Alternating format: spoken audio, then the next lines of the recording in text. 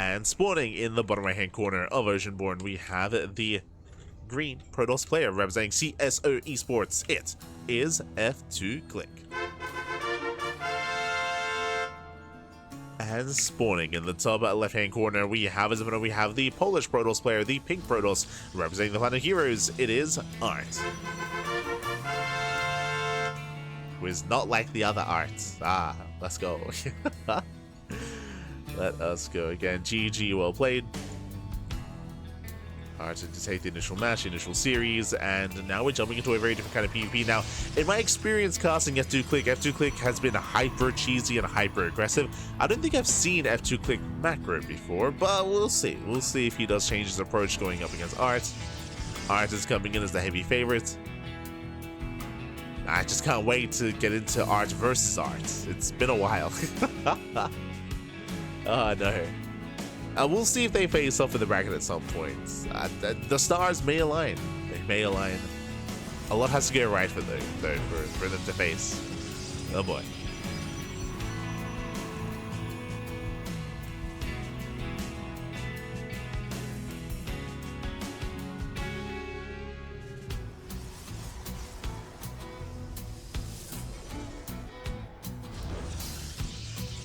Oh right, if I hadn't already, if you're in the chat, you know what time it is. It is Gamba time. Predictions are open. Place your bets on who you think will claim the series. I think the predictions have already closed,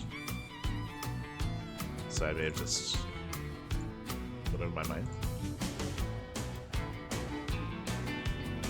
Choose outcome, ArT. Okay, there we go. There we go. Oh, new player. If you're in the chat, these players have been around for quite some time. If you're referring to F2Click, we have cast him a couple of times here on the channel. I think he even played in the MSO previously, the Master Swan Open. So yeah, we've covered him a couple of times. As I mentioned before, I don't think I've ever seen F2Click macro. Like he has been very cheesy and very all in. And hey, as if on cue, one base all in out of F2Click, setting up with the proxy rover. Meanwhile, ArT, just like the previous ArT, the Robo Opener instead. So ArT, he scouts, he sees no pylon. I will say there's a bit of a difference here. Like, if I can say, F2Click, I've never seen a macro before, I'm pretty sure the other players that face him on the ladder also are familiar with his style. So ArT, his response upon seeing the lack of pylon is to just be hyper defensive. And there's a little bit more kind of weight behind this, or rationale behind this. I would say more so than ArT versus Yome, where I want to say that was more of a risk. Meanwhile, you can see ArT scouting. He does scout with his probe on the right-hand side, checking with the Stalker on the left. Checking everywhere, but he does not find the rover. Now, this is a very obscure location for the rover because it's so far away. As you can see, he's across the map. Closer to his opponent than back at home, for sure, but still is off by the wayside, so it's more difficult to scout, more difficult to confirm. ArT versus ArT is as anticipated as Clem versus Maru. True. It really is. It really is. Gibbs, baby, Gibbs.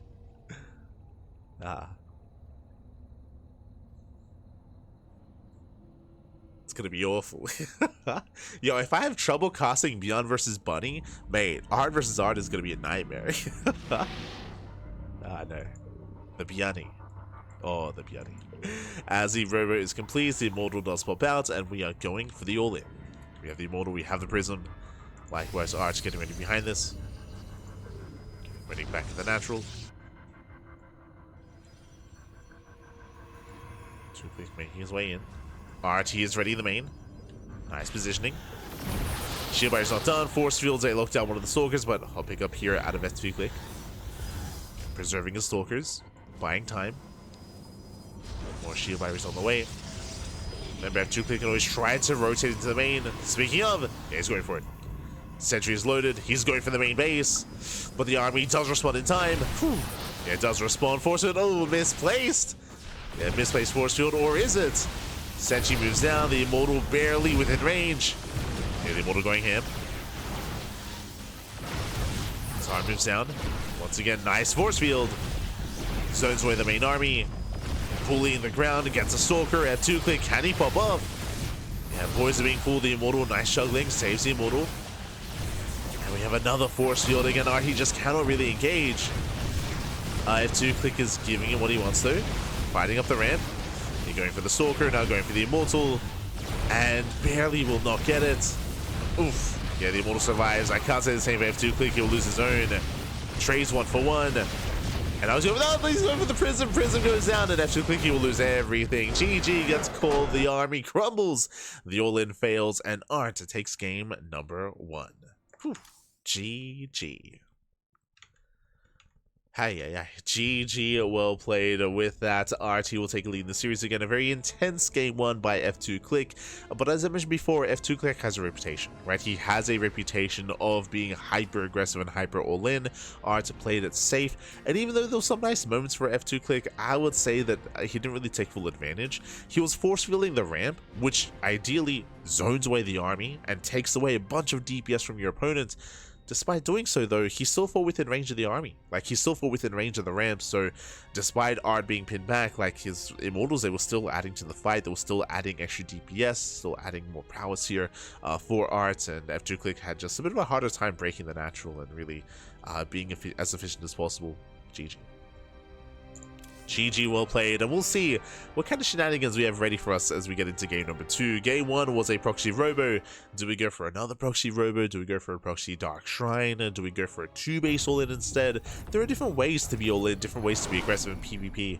What's it going to be? As spawning in the bottom left-hand corner... of Persephone, we have the Polish Protoss player, we have the pink Protoss representing the Platinum Heroes. It is ArT. And spawning in the top left-hand corner, we have his opponent. We have the green Protoss player representing CSO Esports. It is F2Click.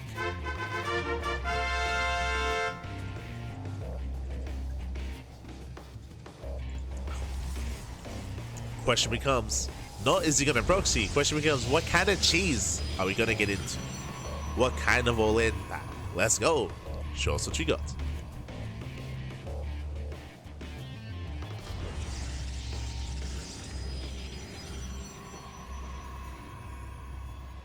I'm not gonna lie, I'm a little bit sad that there's no forge. I was half expecting a cannon rush. Not gonna. But now though, we're calming down. We do have our initial 2 gate openers. Speaking of a 2 gate opener at the F2Click. Oh, hello ArT. What's going on? ArT, he does not go for a second gateway. ArT is being greedy. He goes for a single gateway in to expand. Yeah, one of the greediest openers you can go for outside of just straight Nexus first. A gate expand before the Cybercore, before the Stargate, before the second gas.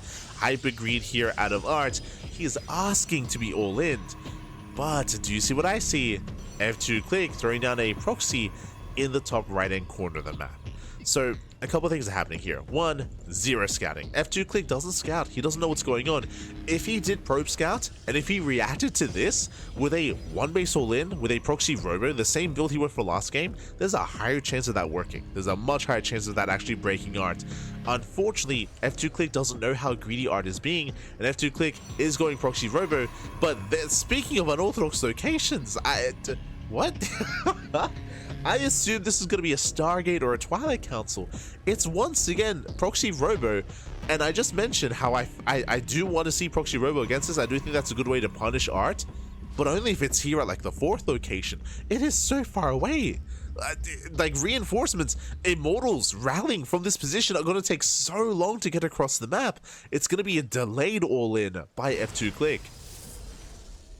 And now he scouts. He sees the base is already done. Nexus is already done, and the pressure is on. The pressure is on F2Click. On the one hand, yes, this will never get scouted, but at the same time, there's a reason why this will never get scouted. Papi.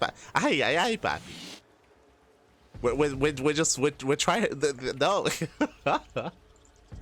we're trying to go full big brain here with this one, but I'm not too convinced. We'll see. Here comes that Prism. Prism is moving out, so you have a 2-gate setup.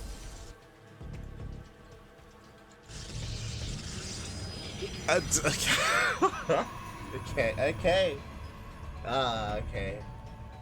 Okay. Proxy Robo War Prism first into a Bay. Into Immortal into Disruptor drop? I'm assuming Disruptors, technically this could still be Colossus. But this is wild. You know, it'd be even crazier. The Bay finishes and we get like War Prism speed. That'll be crazy. No shot.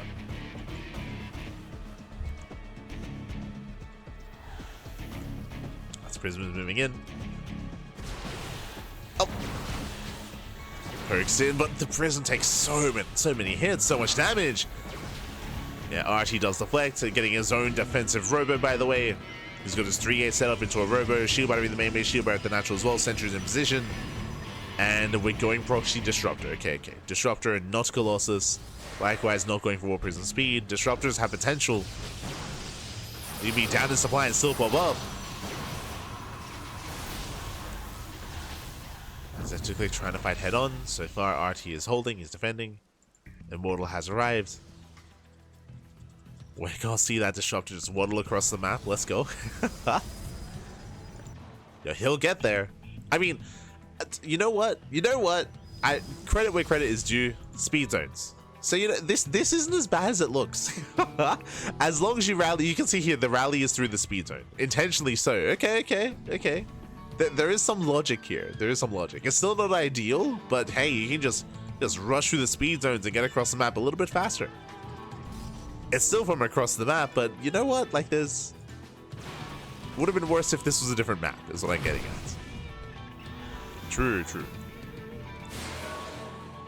There's some logic behind this.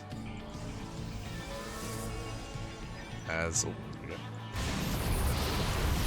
Nova does go up. Ooh, takes out a Stalker, takes out the Sentry as well, not bad. But the army is just moving in. Oh yes, some rough control here from F2Click. Zealot's going to be going down, the Prism as well, the Disruptor falls, and he's going to lose everything. Yeah, he's going to lose everything here. The Prism, the Stalkers, the Immortal, the everything. GG gets called before the second Disruptor arrives, and ArT will take the series 2-0, advancing on to the next round. GG. Whew. GG, well played. I appreciate the builds out of F2Click. As we mentioned, like F2Click, he's known for just all-inning, just doing nothing but all-in, nothing but cheese. That's how he approaches a lot of these matchups. That's who he be. And we saw something unique. And again, I could see the logic behind it, specifically on Persephone. Like, it's a proxy that's insanely far away, so it won't be scattered, but there are speed zones, so that means that whatever gets built gets across the map a little bit faster than if that wasn't the case. Unfortunately, time was of the essence. As we mentioned, this would have been a better setup against a standard build, but remember, ArT went for a gate expand. ArT went for a very greedy opener, which means time is of the essence, which means that you need to punish that as quickly as possible and get into his face as quickly as possible, because otherwise the economy gets out of hand and out of control insanely fast, right? Insanely fast. And we saw that unfortunately with the delayed proxy, with delayed reinforcements, like it just took a little bit too long. There's always potential when you go for a proxy disruptor, just because Novas have so much potential at the start of the game. The reason for this is because this early on there's no blink, right? There's no blink. You're heavily reliant on your War Prism to be able to preserve your army, preserve your units, and defend. So there's a higher chance that the Novas get damage and get value. And hey, even this Nova got like a Sentry and a Stalker, maybe 2 Stalkers. Like there was a decent connection with that Nova. Unfortunately, only one, right? Only one Nova. One shot is all that F2Click had, and with that, GG. GG, well played. ArT will claim the series, and we are going to be following ArT into his next match.